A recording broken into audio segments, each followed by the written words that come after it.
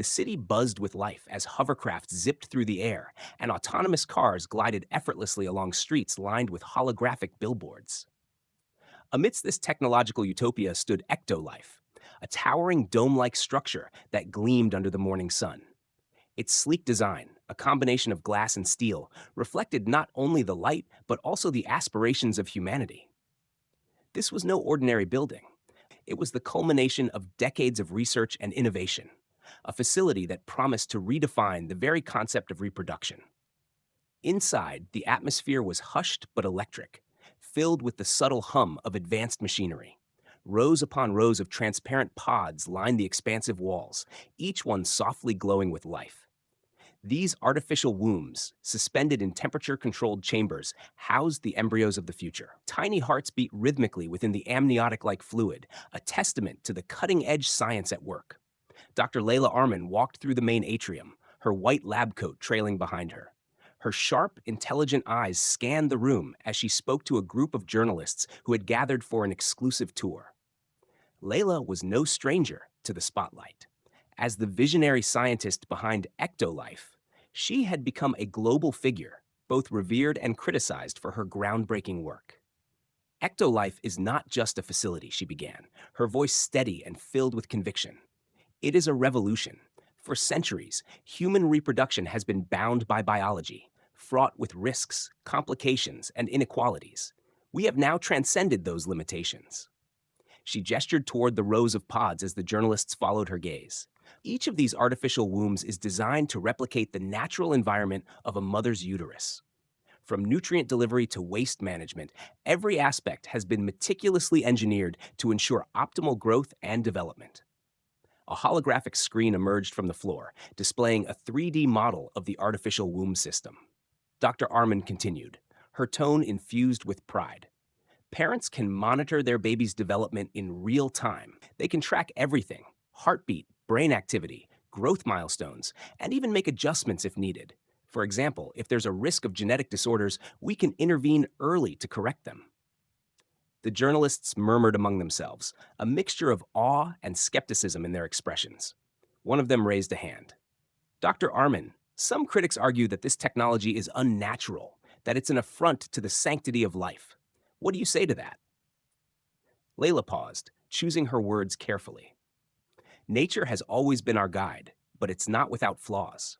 For every successful birth, countless others are lost to complications, genetic disorders, or lack of access to medical care. EctoLife isn't about replacing nature, it's about enhancing it. We're giving every child a chance at a healthy life and every parent the ability to experience the joy of raising a family, regardless of biological limitations. She led the group deeper into the facility, where a young couple stood before one of the pods, their faces illuminated by the soft glow of the life within. This is Clara and Aiden Rivera, Layla said, introducing them. Clara suffers from a rare condition that makes traditional pregnancy impossible. Thanks to EctoLife, they're now expecting their first child. Clara turned to the group, her voice trembling with emotion. This is a miracle for us. We've been trying for years, and now we're finally going to be parents. The journalists captured the moment, but behind the smiles and cameras, questions lingered. While the technology was undeniably impressive, its implications were vast and unsettling. Could humanity truly wield this power responsibly? Layla, sensing the undercurrent of doubt, addressed the group one last time. I understand the concerns. Change is always met with resistance. But consider this: every great leap in history, from fire to flight, was once seen as unnatural. EctoLife is not the end of natural reproduction. It's the beginning of a future where life is free from unnecessary suffering. As she walked away, her words hung in the air, a blend of promise and provocation. In the sterile halls of EctoLife, the seeds of the future were being sown, but what would grow from them was a question no one could yet answer. EctoLife quickly became a global sensation, its promise of revolutionizing reproduction captivating millions. Within months of its launch, the facility saw an influx of applications from hopeful parents worldwide. For many, it was a beacon of hope, a way to overcome infertility, avoid hereditary diseases, or ensure the health of their child. News outlets ran continuous stories about the innovation, labeling it the dawn of a new era. Inside the sleek facility, Clara and Aiden Rivera stood in awe, watching their embryo suspended in its artificial womb. The pod's interface displayed real-time metrics, a steady heartbeat, optimal oxygen levels, and projected growth milestones. Aiden squeezed Clara's hand. "It's amazing, isn't it? We can see our baby grow every step of the way."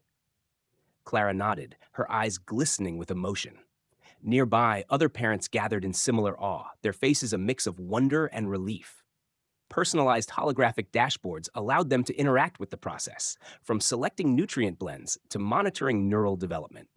For many, EctoLife offered what had once been unthinkable: control and peace of mind. Beyond the hopeful parents, EctoLife scientists were pushing boundaries in other areas.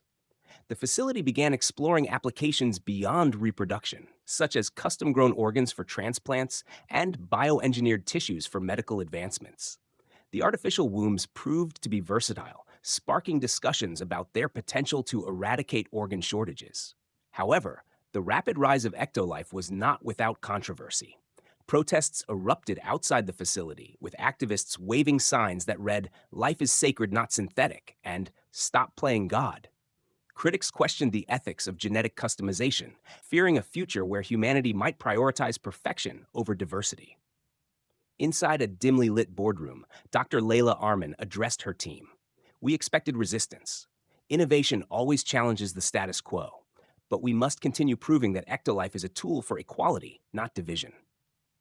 As debates raged across the globe, EctoLife remained a symbol of both possibility and uncertainty, its advancements forcing society to confront the limits of science and the ethics of life itself. The rising debate around EctoLife reached a fever pitch as the world split into two factions: those who celebrated its potential and those who condemned it as a dangerous overreach.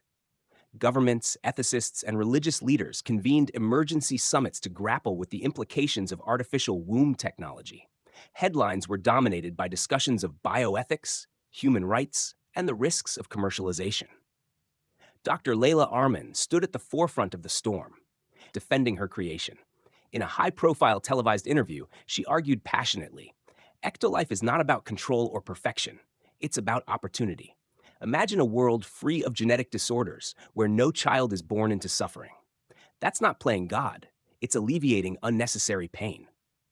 But the opposition was fierce. Dr. Theo Briggs, a former colleague turned vocal critic, emerged as the face of the resistance. "This technology threatens to commodify life itself," he declared during a heated debate. What's next? Designer humans? Entire populations engineered for specific traits? We must set limits before it's too late. Meanwhile, troubling reports surfaced, suggesting unauthorized experiments within EctoLife. Whistleblowers hinted at secret projects involving enhanced cognitive abilities and accelerated growth rates. Though Layla denied these allegations, they fueled the growing distrust surrounding the facility. Outside EctoLife, protests grew larger and more violent. Demonstrators clashed with law enforcement as they demanded the facility's shutdown.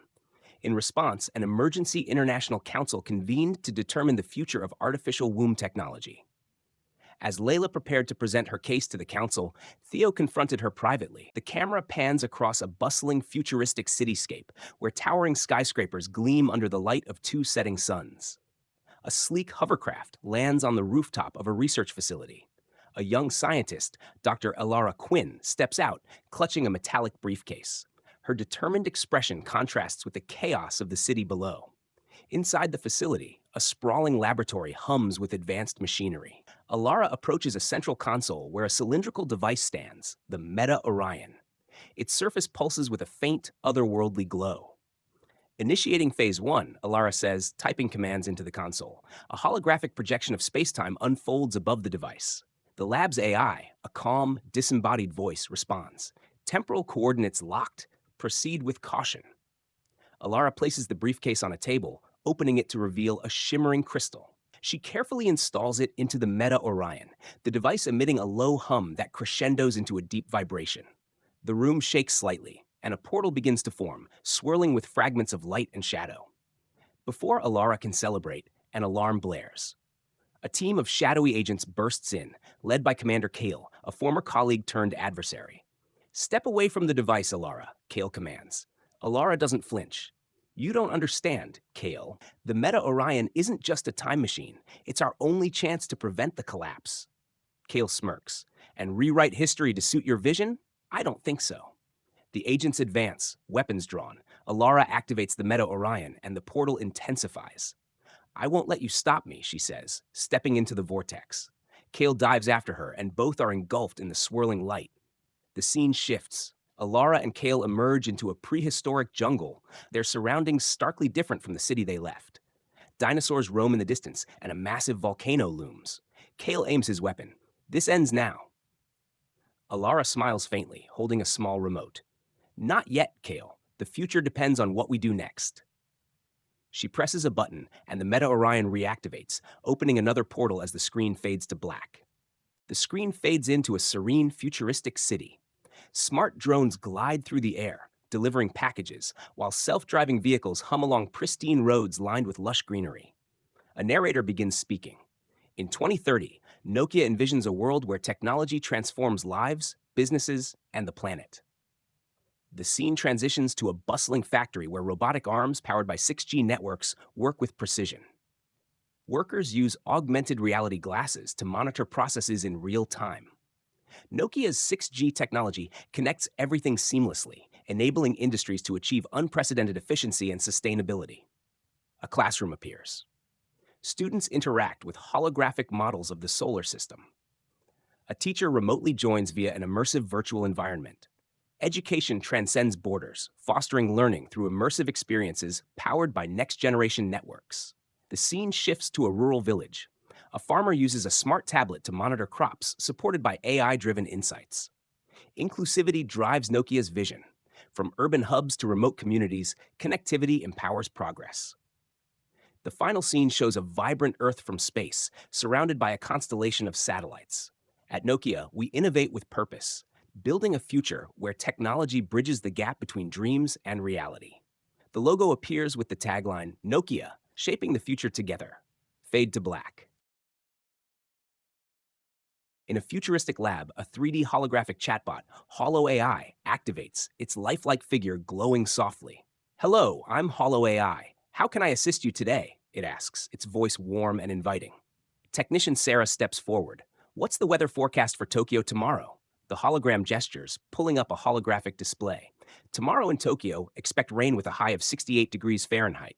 Sarah continues. Translate this. Technology shapes the future. Holo AI responds instantly. La technologie façonne l'avenir. Testing its computational skills, Sarah asks, what's 7 and 32 divided by 12? Without hesitation, it replies, the answer is 61. For a scenario test, Sarah asks, plan a healthy dinner for two. The hologram projects a menu, grilled salmon, quinoa, and steamed vegetables. Shall I email the recipe? Impressed by its seamless interaction, Sarah nods, noting Holo AI's accuracy and intuitive design as the test concludes.